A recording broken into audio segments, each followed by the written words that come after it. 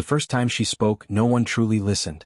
The hum of the command deck drowned her words, and the glow of data streams across wide holographic panels seemed to pull more weight than the soft urgency in her voice. Ilara Vey was not the highest-ranking officer aboard the exploration vessel Ardent, nor was she the kind of person who commanded attention with volume or bravado. Her strength was quieter, rooted in the way she noticed things others did not. She had spent her life sifting through fragments, pulling patterns out of noise, finding whispers of danger long before they became storms. But on that day, her caution was brushed aside, catalogued as little more than the anxiety of a junior signal analyst eager to prove herself. The Ardent was pushing through the outer rings of the Perseid expanse, a stretch of deep space where few dared to travel.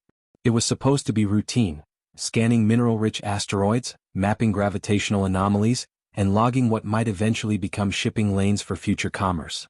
Yet Ilara's eyes caught something strange in the static. At first it was a faint tremor of energy, a pulse too deliberate to be natural, threading itself beneath the natural noise of the expanse. She leaned forward, recalibrating her instruments, watching the waveforms sharpen into something more defined. The pattern repeated every 47 seconds, soft but insistent, like a heartbeat in the dark. She had felt her chest tighten, a sense of weight pressing down that had little to do with the recycled air of the command deck. Signals meant intent. And intent meant someone, or something, was out there. "Captain," she said, her voice steadier than she felt. "I've got an anomalous transmission buried in the interference field. It's structured. Repeating." Captain Rourke barely glanced up from his console. He was a seasoned explorer, broad-shouldered, with lines carved deep into his face by decades of space travel. He had seen too many green analysts misinterpret natural radiation bursts as intelligent noise. "Log it. We'll review later," he said, dismissive. "We've got a survey deadline to keep." Ilara hesitated. She could already picture the waveform burned into her mind, the rise and fall too clean, too intentional. It wasn't later that worried her, it was now. "Sir, I really think, that'll do, specialist," he cut in, his tone not unkind but firm enough to silence her. Around her, the rest of the crew carried on with their tasks. Navigator Elric was plotting the trajectory through the asteroid cluster. Pilot Marin kept the vessel steady against the expanse's magnetic tides, and the science officer, Dr. Halen, was busy cataloging mineral yields from the scans. No one looked up. No one wanted to feed what they assumed was Ilara's overactive concern. So she did as ordered. She logged the anomaly, tagged the time, and watched as the signal faded beneath the ship's momentum. But she didn't stop thinking about it. For hours afterward, even as she cycled off duty, she couldn't let go of the feeling that they were brushing past something significant. She returned to the data privately, poring over the faint transmissions in her quarters while the ship drifted on. The pulse was weakening with distance, but its consistency was undeniable. There was symmetry in it, a geometry of repetition no stellar storm could mimic. More than that, it was directional. It pointed deeper into the expanse, away from the mapped lanes, into the shadow of a dense cluster where light itself seemed to bend and vanish. She should have left it there. She should have accepted the dismissal, pushed the doubt down, and trusted the chain of command. But caution was stitched into her bones, a gift, or curse, of her upbringing. She remembered the old orbital colony where she had grown up, how her mother used to say that survival didn't belong to the bold or the reckless but to those who listened when the universe whispered warnings. That wisdom had saved their lives once when the colony's outer ring failed and only the cautious noticed the subtle shifts in pressure before catastrophe. Now, staring at the signal, Ilara felt that same stirring. Someone was whispering and she was the only one who could hear. The next day she tried again. She approached Dr. Halen in the mess hall, sliding into the seat across from him as he methodically chewed on a nutrient ration. She showed him the spectrogram she had rendered on her wrist display, highlighting the precision of the pattern. "You see this curve? Radiation bursts don't repeat with this kind of uniformity. There's intent here. It could be a distress beacon or a navigational marker." Halen interrupted with a dry chuckle, shaking his head. "Ilara, we've been through this. The expanse is full of magnetic interference. It plays tricks. I admire your thoroughness, but not every squiggle on a graph is a ghost in the dark. Trust me, I've cataloged these anomalies for years." His words were final, his tone too tired to argue. She forced a smile, nodded, and let him return to his meal. But the unease did not leave her. It only grew sharper, heavier, until she found herself standing before the viewport late into the artificial night cycle, watching the stars blur as the Ardent pushed forward. Somewhere out there, in the darkness they were leaving behind, the signal continued pulsing. Weak, fragile but steady. She could almost imagine it was a voice calling out, not loud enough to command, not strong enough to demand, but persistent, like her own. A quiet insistence that it mattered. And though she didn't know it yet, that fragile signal would be the last thread anyone would have to cling to when the expanse decided to show its teeth. For when the storm finally came, tearing the Ardent into silence, her caution would be all that remained. The first signs of trouble arrived quietly, almost invisibly, as so many disasters often do. At first it was a subtle vibration that rippled through the hull of the Ardent, so slight that most assumed it was nothing more than turbulence from a passing asteroid's gravitational drag. But Alara noticed the difference. She had studied the expanse's peculiarities long enough to know the magnetic tides carried a rhythm all their own, unpredictable but rarely uniform. What trembled beneath her boots that morning was not natural. It carried a resonance that echoed in ways only structured interference could. She leaned over her console again, rerunning diagnostics, and there it was, threads of static spiking through their comm arrays, sharp and deliberate. They pulsed with almost the same cadence as the signal she had logged days before. It was as though something in the void had noticed them, had reached out and brushed its fingers along the ship's hull to announce that it was aware. She rose from her station, her palms damp, and approached the captain's chair. "Sir, I need you to look at this." Her voice was more urgent now, the quiet restraint of before replaced with a raw edge. Rourke glanced up, irritation flickering across his features. He hated being interrupted mid-course correction, but something in her eyes made him gesture for her to proceed. She handed him the pad, data scrolling in jagged waves. "We're picking up structured bursts again, only stronger this time. And the hull vibrations coincide with the peaks. It's not interference. It's an interaction." Rourke frowned, running his hand through his graying beard as he studied the feed. "Could be a natural magnetar pulse aligning. With us?" he muttered, though the hesitation in his tone betrayed him. He wasn't fully convinced by his own words. Still, he was a man conditioned by decades of exploration to treat panic as poison. "We'll adjust course 5 degrees and put more distance between us and the cluster. That should calm your nerves." Alara wanted to protest, wanted to scream that they weren't just brushing past random energy but skimming along the edge of something alive, something aware. But the weight of rank pressed down on her tongue, and once again she was dismissed, her words folded into the void. Yet when she returned to her station she kept watching, eyes never leaving the pulsing feed. Hours later the Ardent began to creak. The sound was faint but undeniable, metal straining under pressure no chart had warned them about. The navigational alarms flared once, then died, cut short as though strangled. Elric swore under his breath, recalibrating the course, while Marin gripped the controls tighter, her knuckles white as she tried to steady the vessel. Something was dragging them, pulling at the ship with invisible threads of gravity that didn't belong. "Engines compensating," Marin reported, her voice clipped. "But we're losing efficiency. Feels like we're pushing through a current." Alara's throat tightened. She recognized the analogy too well. They weren't navigating open space anymore, they were caught in something's wake as though following behind a massive ship they couldn't see. She thought of the signal, the beacon that had whispered from deeper in the expanse. Was it leading them here? Or had it been a warning all along, a desperate call for others to turn back before the trap was sprung? The lights flickered. For a breathless second, the command deck plunged into darkness, the hum of the system stuttering like a failing heartbeat. Then emergency power flared red across the walls, casting their faces in bloody hues. The crew exchanged nervous glances, unspoken fear filling the air heavier than oxygen.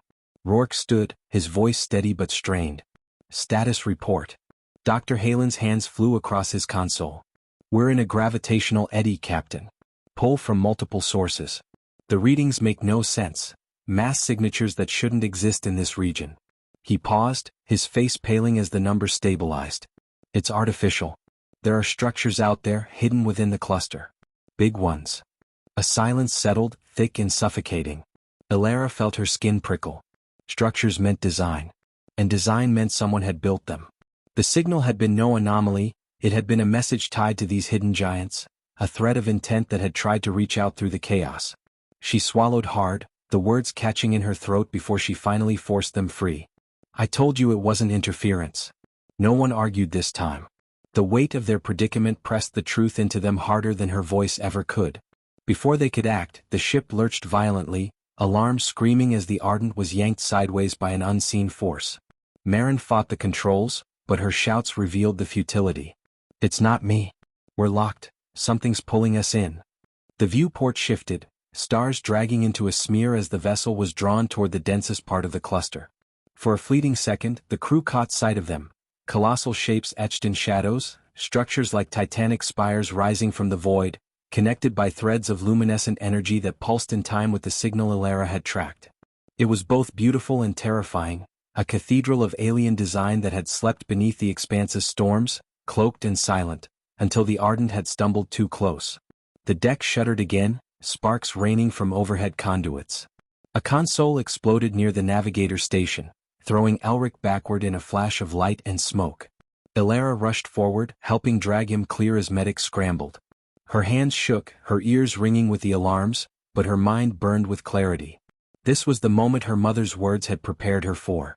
The universe was whispering, and it was screaming now through every groaning seam of the ship. Danger, disaster, inevitability. "Captain," she shouted over the din, thrusting her pad toward him once more. "If we can amplify the signal and send it back, it might be a communication protocol. Maybe even a way to disengage. If someone built those structures, this could be their handshake." Rourke hesitated, sweat dripping down his brow. He had led crews through collapsing stars and magnetic storms, but never had he stared into the architecture of an intelligence this vast, this old. His eyes darted to the collapsing systems, to the terrified faces of his crew, and finally to Elara. The dismissal that once marked his gaze was gone. In its place was grim recognition. "Do it," he ordered. "Whatever you need, make it happen." Elara sprinted back to her station, fingers flying across the interface, rerouting power to the comm array. She isolated the frequency, matching it to the pulse echoing through the structures outside. Her hands trembled as she synchronized their broadcast, crafting a response not with words but with rhythm, with pattern, the only language she could hope would be universal. The ship bucked once more and then the feed locked in. For a breathless instant, the pulsing ceased, the expanse holding its breath. Then, slowly, deliberately, the signal answered back, louder this time, wrapping around the Ardent like the gaze of something impossibly vast. And Elara knew with chilling certainty that their survival now depended not on strength, not on speed, but on whether she had listened closely enough to the whispers no one else had cared to hear. The answering signal reverberated through the hull like a slow, resonant chord struck by unseen hands, and for the first time silence fell across the command deck. Every alarm dulled to a faint background hum as though the ship itself was listening, waiting. The crew froze, their faces washed pale in the crimson glow of the emergency lights. Elara sat rigid at her console, her breath caught in her throat as the pattern scrolled across her display. It was not random. It was not interference. It was language, vast, elegant, and terrifying in its complexity. She felt as though she were staring at the bones of a cathedral, each curve and line carved with purpose too immense for human minds to fully grasp.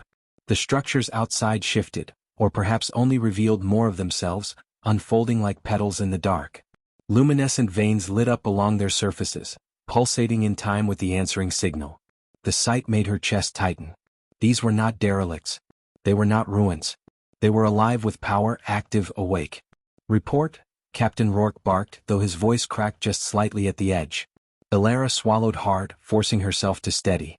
"It's responding, sir. The signal's interacting with ours, it's acknowledging us." She hesitated, searching for words that could hold the immensity of what she felt. "It's like, we've been recognized." Dr. Halen leaned in, his normally dismissive tone edged with awe. "Recognized by who? Or what?" His fingers danced across his terminal, analyzing data that seemed to warp beneath his gaze. "The mass readings, gods, Captain, these structures aren't buildings. They're machines. Enormous constructs harnessing gravitational forces. What we're seeing is only the surface. The scale of this dwarfs anything humanity's ever encountered." The ship trembled again, but this time it wasn't violent. It was measured as if guided. On the viewport, a corridor of space began to part between the colossal spires, lit by glowing strands that aligned like a path. The pull that had once dragged them now seemed to release just enough to allow choice, though the illusion of freedom was thin. "They want us to follow," Elara whispered, her stomach churning with both terror and wonder. Rourke stood with his hands gripping the back of his chair. He looked older than he had an hour ago, the weight of command pressing down heavy. For a long moment, no one breathed. Then he gave the order no one dared to expect. "Marin, follow the path." The pilot's eyes widened, but she obeyed, guiding the Ardent forward with trembling hands. The ship glided into the passage, the spires towering on either side like silent sentinels. As they moved deeper, the lights along the constructs grew brighter, their rhythm accelerating to match Alara's transmission. She adjusted her broadcast accordingly, weaving the Ardent signal into their tempo, like an offering of harmony. Inside the corridor, the darkness gave way to vistas that defied human comprehension. Vast chambers of void yawned open, filled with latticeworks of glowing filaments that connected the structures like veins of light across a cosmic body.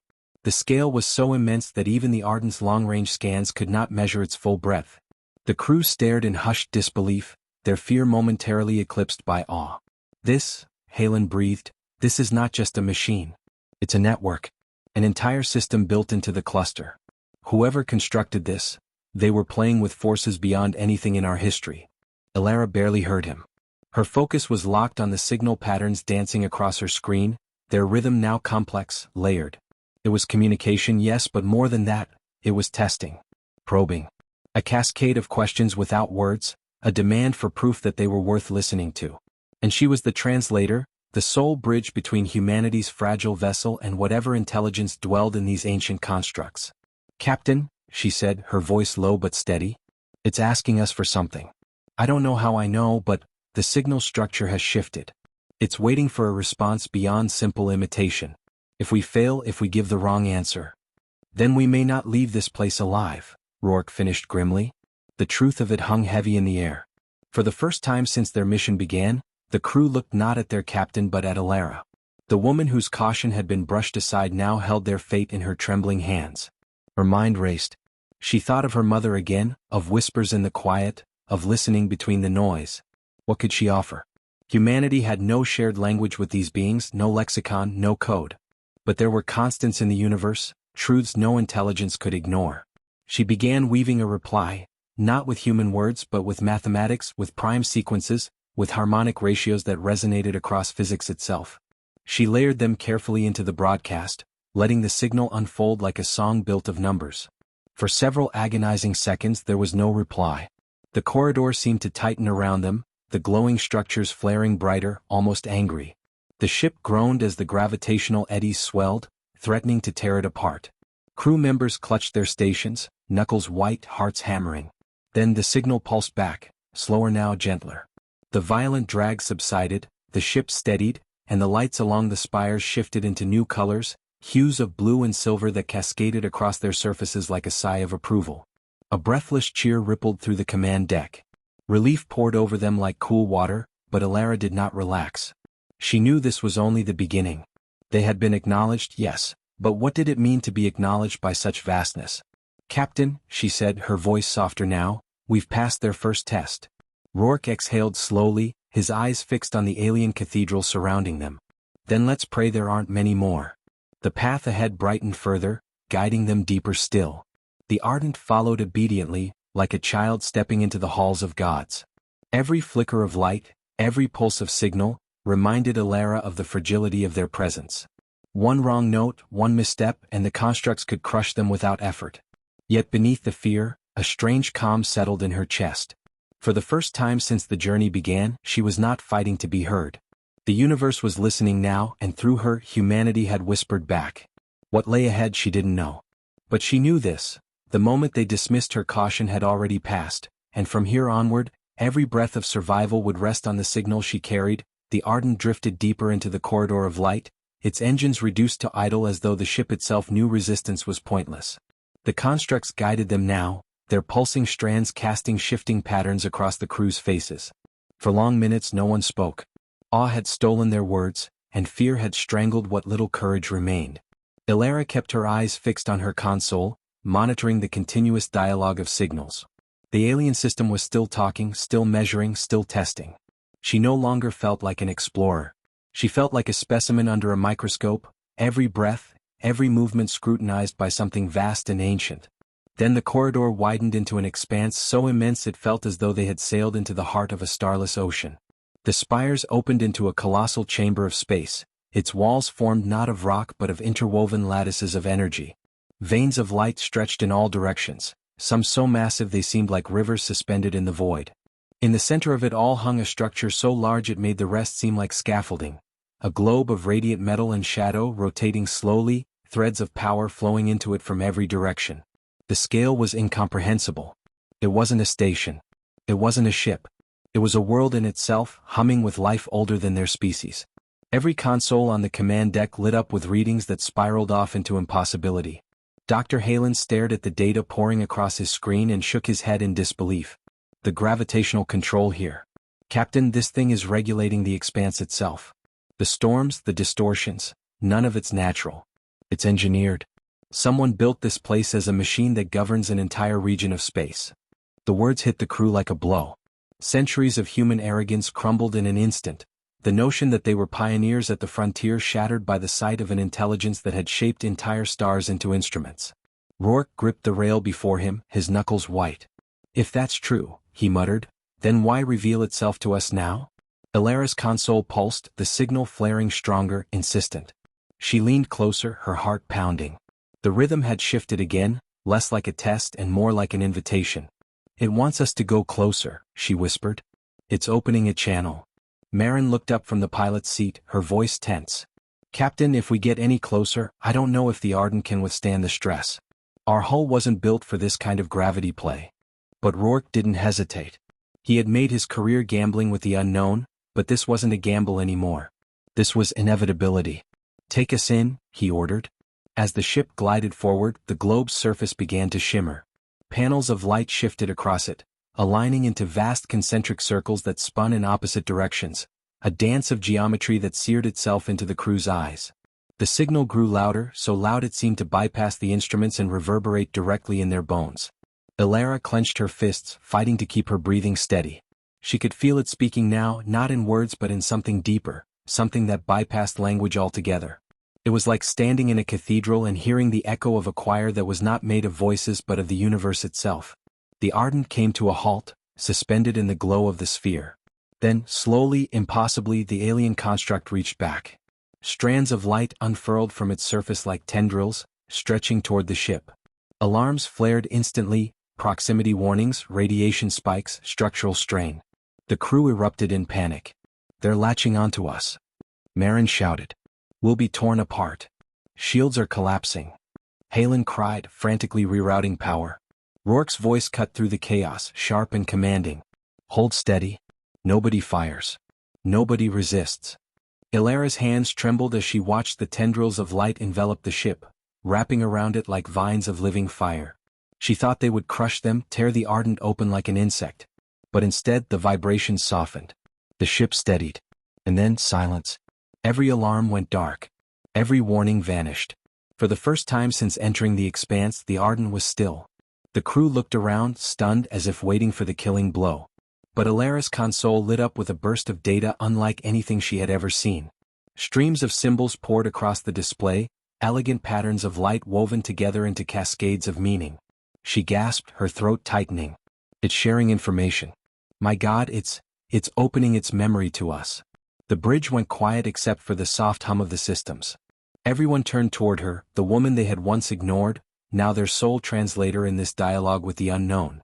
She stared at the data, her mind racing. The patterns were impossibly dense, fractal layers of meaning nested within each other. She couldn't decipher it all, but she could feel the intent. It was like standing at the foot of a mountain and knowing you would never climb it in a lifetime, yet still understanding the shape of it, the weight of its presence. They're showing us what they are, Ilara said softly. What they've been doing here. Images formed on the displays, generated by the ship's systems as they tried to interpret the incoming flood of data. Vast star maps unfolded, not of their galaxy alone but of countless others. Entire regions were marked, threaded together by lines of energy.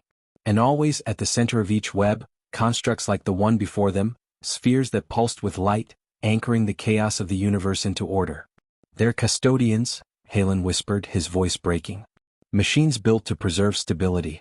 To keep the galaxy itself from collapsing under its own weight. The revelation crashed over them like a tidal wave. These were not gods. They were not conquerors. They were caretakers, built by some forgotten intelligence so long ago that even their creators had become dust. The expanse was not wild space at all, it was a carefully maintained engine of balance, a machine that had been whispering for eons into the void. and humanity had stumbled upon it blind. Ilara pressed a hand to her chest, her breath shallow. The signal was still speaking, still reaching. But beneath the awe, a darker truth stirred. There was urgency in its rhythm, a crack in the perfection of its patterns. These constructs had not revealed themselves out of curiosity. They had done so because something was wrong. They're failing, Ilara realized, her voice trembling. These systems, they're breaking down. A hush fell over the deck. Every face turned toward her, their awe bleeding into dread. The images on the screen confirmed it. Regions of the galaxy where the constructs had gone dark, voids where chaos reigned unchecked. The custodians were not eternal. They were dying. And now, the signal that had whispered to her, the one she alone had heeded, revealed its final truth. It was a call for help. The Ardent floated in silence, wrapped in the tendrils of a dying giant, while its crew grappled with the enormity of what had been laid before them. For Ilara there was no turning back. Her caution had carried them this far, but now it demanded something more. The universe had spoken, and she was the only one who had listened. Now she had to answer. The command deck was heavy with silence, the kind of silence that comes not from calm but from the crushing weight of revelation. Every member of the crew stared at the glowing lattice of symbols and images sprawling across their consoles, unable to look away yet incapable of grasping its full magnitude. They had come here as explorers, eager to chart empty stars and harvest nameless rocks, but what they had uncovered was a system older than their species, a mechanism vast enough to cradle galaxies. And now it was dying. Ilara's heart hammered against her ribs as she tried to steady her breathing. Her fingers traced the flow of symbols as if she could touch their meaning. She knew she wasn't deciphering language in the traditional sense. She was feeling the intent, absorbing patterns through instinct and intuition as much as intellect. Every pulse in the signal carried urgency, a kind of plea that vibrated through her bones.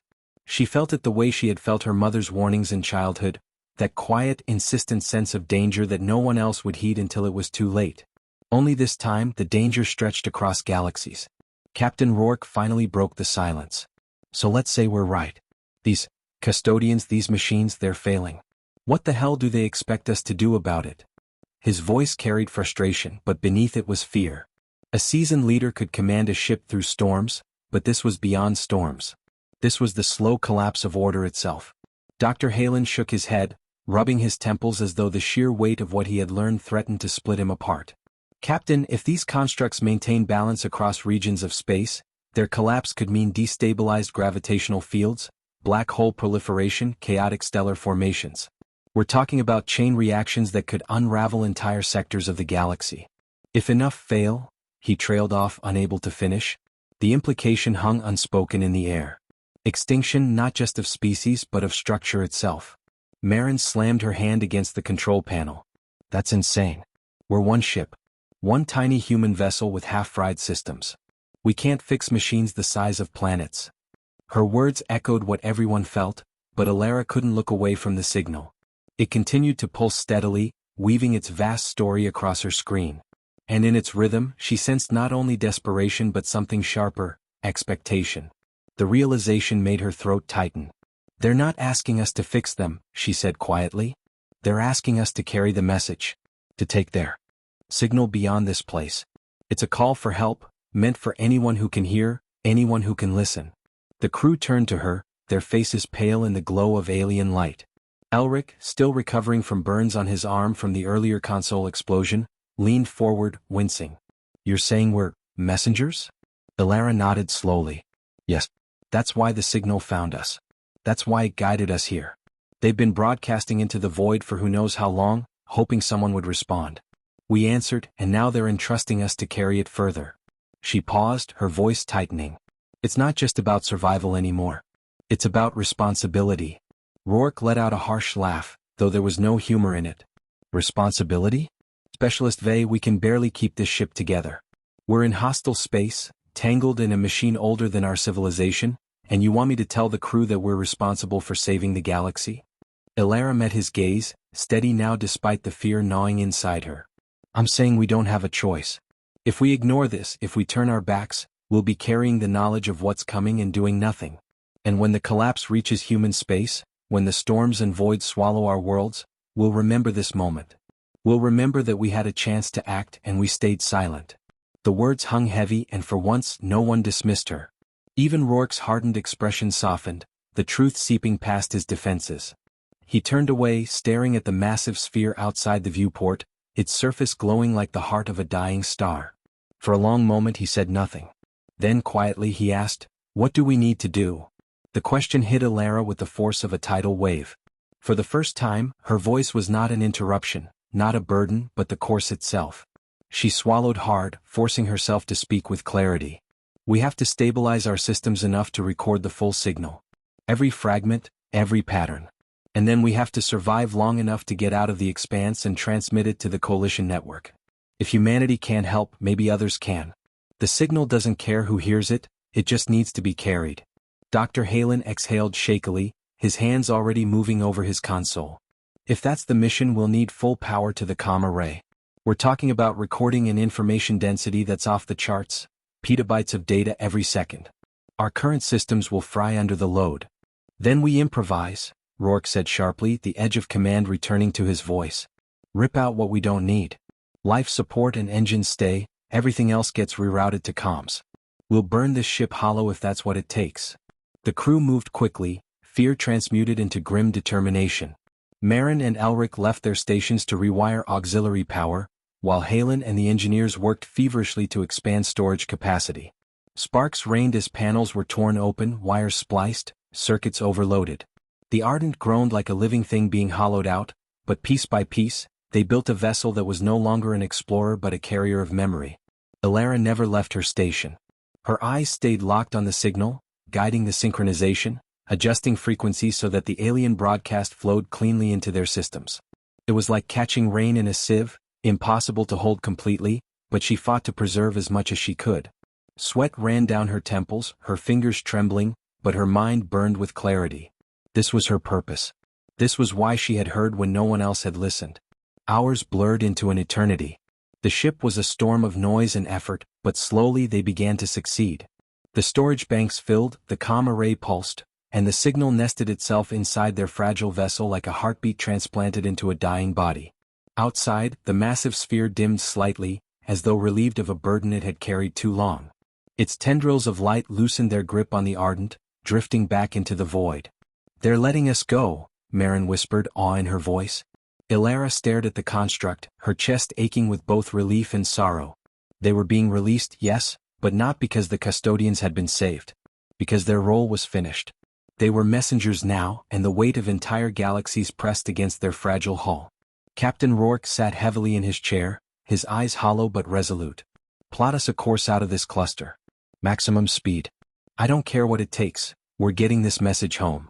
Alara nodded, her throat too tight for words. She looked one last time at the dying sphere, its glow pulsing faintly like a fading heartbeat. She could feel its voice still within her, a rhythm that would never leave her bones. It was no longer just a signal. It was a responsibility, a burden, a truth she carried for all of humanity. And deep down she knew one thing with certainty. Even if they made it back, even if the message was delivered, they would never truly be free of it. Because once you had listened to the whispers of the universe, you could never go back to silence. Alara's signal pulsed like a heartbeat in the dark, the last remnant of the Ardent's voice and the only thread binding the survivors together. Weeks had bled into one another since the disaster had torn their ship apart, each day marked only by the fading strength of their rations and the hollow ache of unanswered hails. The escape pods had been scattered by the storm, and though hers had managed to stabilize, she drifted in the endless ocean of the expanse with nothing but her transponder and the stubborn persistence that had once made her seem paranoid. Now, that paranoia was survival. She clung to the broadcast as though it were a prayer, transmitting the coordinates she had triangulated from the anomaly she had discovered, the one no one else had believed in. If rescue ever came, it would be because she had refused to let silence swallow them whole. The days blurred. Inside the cramped pod, she kept the systems alive with constant adjustments, siphoning what little power she had into boosting the signal, stripping heat to extend broadcast life, rationing oxygen until every breath felt like a debt she wasn't sure she could repay. Her body weakened, but her mind sharpened in strange ways. She thought often of the crew she had argued with, dismissed by, laughed at, and how none of that mattered anymore. She imagined them scattered through the void, their pods silent, their fates unknown. Sometimes she thought she heard whispers in the static, faint echoes like voices calling back, but they always faded, leaving her alone again with her blinking transponder and the steady beat of the anomaly. The signal was never far from her thoughts. It had become something alive in her imagination, a companion in the dark. She whispered to it as though it could hear her. "I know you're out there," she would murmur, fingers trembling over the controls. "I won't stop. Not until someone finds us." The fear that no one ever would was like a shadow that sat at the edges of her consciousness, but she fought it with routine. Check systems, reroute power, transmit. Again. Again. Always again. One artificial night cycle, as the pod drifted close to the fractured edge of the asteroid cluster, she caught it again, the pulse sharper this time as though her persistence was being answered. She leaned forward, heart hammering, eyes straining against the readouts.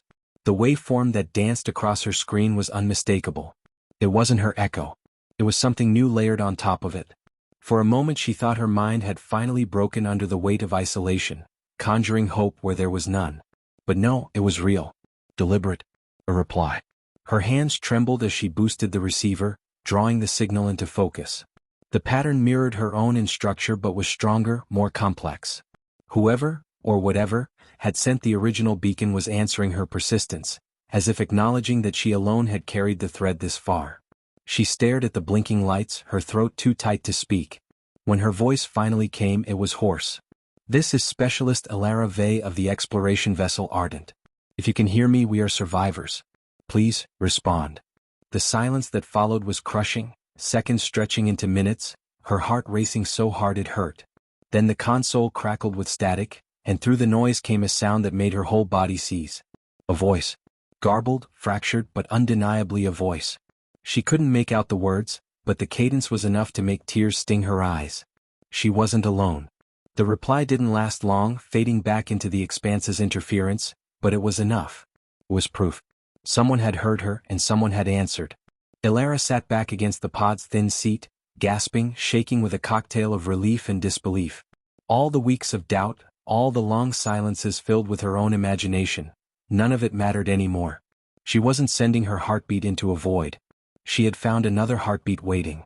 But the realization also struck with a cold edge.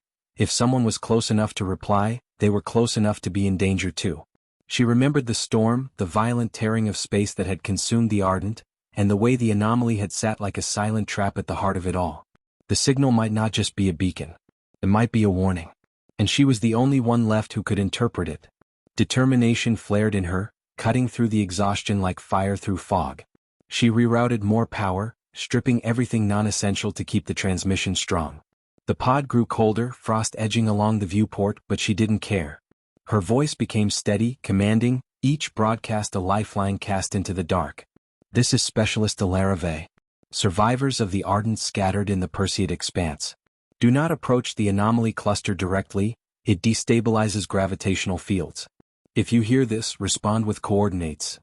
Over and over she repeated it, fighting the silence until her voice cracked and her lips bled from dryness. She didn't know who was listening or whether they were friend or stranger, but the important thing was that someone was there. She wasn't screaming into nothing anymore. The days that followed were a blur of fragile hope. Sometimes the signal returned, faint responses hidden in the static, never long enough to form full sentences but enough to keep her going. Other times there was nothing and she was left to wonder if she had imagined it all. Yet every time she faltered, she forced herself to remember the captain's dismissal, the crew's indifference, the way her caution had been brushed aside. If she gave up now, she would prove them right, that her warnings were little more than paranoia. No. She had carried this far. She would carry it further. Even if she had to be the last voice standing. But the strain began to weigh heavily on her body. Oxygen was thinning despite her careful rationing, her breaths shallow and ragged. Sleep came in fitful bursts filled with dreams of voices she could almost understand, hands reaching for her from across the void. She woke each time with tears streaking her face and the blinking transponder still steady at her side. Sometimes she imagined her mother's voice, whispering the same words she had heard as a child. Survival belongs to those who listen. And Alara was listening. She would always listen. The universe had whispered its warning, and though everyone else had dismissed it, she had followed. That was what had saved her, and perhaps it would save others too. The moment of collapse came quietly. She had been adjusting the frequency spread, narrowing the band to sharpen the anomaly's reply, when her hands simply stopped working. Her vision blurred, her strength drained, her body slumping forward against the console. She knew then that she had little time left. The pod's life support couldn't sustain her much longer. But even as her body gave out, her signal continued pulsing, steady and relentless, carrying her voice across the stars. She managed one final transmission, her whisper cracking through the static. "Whoever you are, don't stop. Follow the signal. Survive." Then her hands slipped and she drifted into the dim haze of unconsciousness. Yet outside, beyond her fragile body, the signal endured. Carried on fragments of power and stubborn circuitry, it pulsed like a heartbeat, bridging the distance between scattered survivors and unknown listeners. In the silence of the expanse, where ships had been torn apart and voices silenced, her caution remained alive in the only way that mattered. A thread of persistence. A beacon of survival. A reminder that even when dismissed, even when ignored, the quiet voices sometimes carried the greatest weight. For Alara's signal had become more than her own. It was the last remnant of the Ardent's story, and the fragile hope of those still searching in the dark. When Alara finally woke, the world was strangely quiet. For a disorienting moment she thought the Ardent had somehow been restored, humming back to life after the chaos. But as her vision cleared she realized she was in no ship at all. The walls around her glowed faintly with a bioluminescent sheen, their texture more organic than mechanical. The air was warm, humid, carrying a faint metallic tang that clung to her tongue. She tried to sit upright, only to find her body sluggish, her muscles heavy with exhaustion. Panic sparked, but then memory returned in pieces. The storm, the wreckage, the desperate transmission. The signal. She forced herself to breathe evenly. Wherever she was alive. That mattered. She was not certain who had saved her, or why, but she was breathing, and in the Perseid expanse that itself was a miracle. The chamber shifted subtly as she looked around, as though the very walls were responding to her movement. There were no doors, no visible seams, but the light rippled when she raised her hand. Slowly she stood, legs trembling but holding, and pressed her palm against the nearest surface. It yielded slightly, like warm stone wrapped in muscle, and the faint pulse beneath her hand was too regular, too deliberate, to be anything but alive. The realization struck her hard. She was inside something living. A ship, yes, but not metal and circuitry. Something else. Something older. Something grown. Her breath quickened, but before fear could consume her, the wall ahead rippled open, parting with fluid motion to reveal a passageway. A figure emerged, tall and slender, with skin that shimmered faintly like starlight filtered through water. Its eyes glowed pale silver, studying her with neither hostility nor welcome, simply curiosity. Alara froze, instincts urging silence. The figure tilted its head, then extended a hand, palm upward. For a suspended heartbeat, neither moved. Then Alara slowly raised. Her own hand hovering just above its gesture. She did not quite touch, but the figure nodded as though she had answered some unspoken question. It turned and motioned for her to follow. They walked through corridors that curved like veins, glowing gently, alive with movement. Alara felt small, unmoored, her human presence painfully fragile against the grandeur of this place.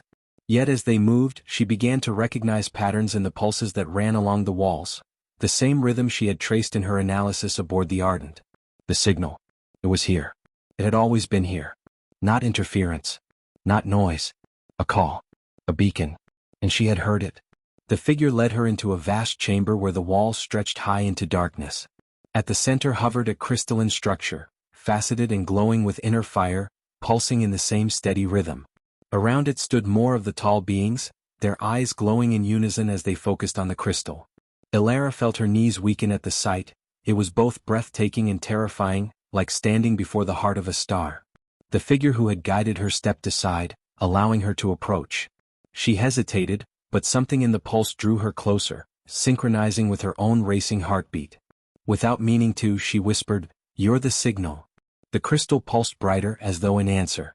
And then, impossibly, her mind filled with a voice.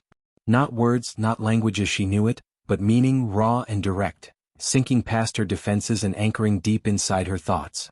"We called. You listened." She staggered back, clutching her head.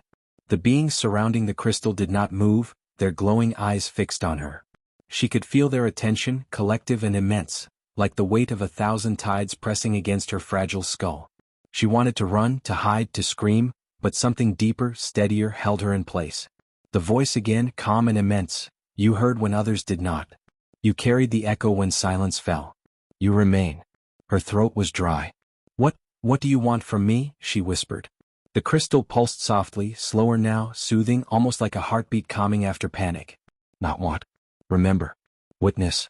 Carry forward." The words, or meanings, struck her harder than any command. They were not demanding obedience. They were asking for memory. For truth. To ensure the signal was not lost. Tears stung her eyes. After everything, the dismissal, the disaster, the storm that tore the Ardent apart, this was what remained. She had held on to the signal when no one else had. She had believed it mattered. And now, standing before something vast and ancient, she realized it had always been meant for someone like her. Someone cautious enough to listen. The beings moved then, their gestures slow and deliberate. One stepped forward, carrying a shard of the glowing crystal. It extended the fragment toward her. Elara hesitated, then reached out. The moment her fingers touched it, warmth surged through her, filling her veins with light. Images cascaded in her mind, stars being born, civilizations rising and fading, storms consuming entire fleets. The crystal was memory, the accumulated voice of something far older than humanity. And now it was hers to carry. She gasped, the shard cool in her palm, yet pulsing with life. The figure inclined its head as if in acknowledgement, then stepped back. The voice in her mind softened, fading to a whisper, "Carry us forward. Do not let silence take us." When she awoke again, she was no longer in the living vessel. She lay on the cold floor of a rescue craft, human medics crouched over her, voices sharp and urgent. The shard of crystal was still clutched in her hand. She tried to speak, but only a whisper emerged. "The signal? I kept it." The medics exchanged puzzled looks, but they didn't pry. They stabilized her, lifted her onto a stretcher, and carried her toward safety. Yet Elara knew safety was not what truly mattered. The signal was what mattered. The shard in her hand pulsed faintly, steady as her own heartbeat. She understood now that she was not merely a survivor, she was a vessel. She carried memory, proof, and warning all at once. Later, as the rescue craft sped away from the wreckage of the Expanse, Elara sat alone in the infirmary, staring at the shard. Outside, stars stretched endless and cold, but she no longer felt small against them. She had heard the whisper. She had answered when no one else had. And though the Ardent was gone, though silence had claimed so many voices, hers remained. Her signal remained. And somewhere, out in the deep, the pulse continued, eternal and waiting for those willing to listen. Elara Morrison had always thought history belonged to grand figures. Generals, admirals, explorers whose names adorned monuments and ships. She had never imagined she would stand among them. And yet, months after her rescue from the Expanse, she found herself summoned to the central chambers of the Coalition Assembly on Helion Prime.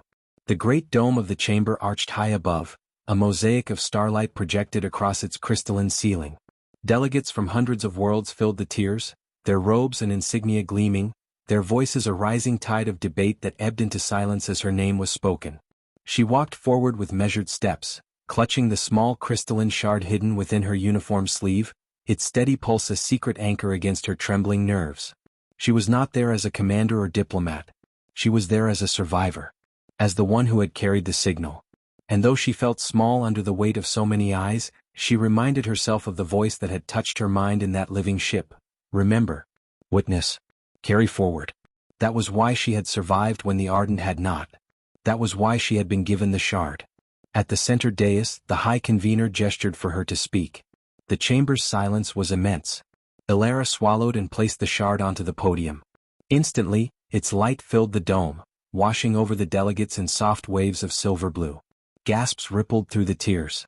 Then the shard pulsed and the chamber vibrated with sound, low at first, then building into the unmistakable rhythm of the signal. The same rhythm she had heard in static across her comms, the same pulse she had followed when others dismissed it. Except now it was not interference. It was clear, resonant, alive. Delegates shifted uneasily, their eyes wide. Some leaned forward, captivated. Others recoiled, wary. Elara drew in a slow breath.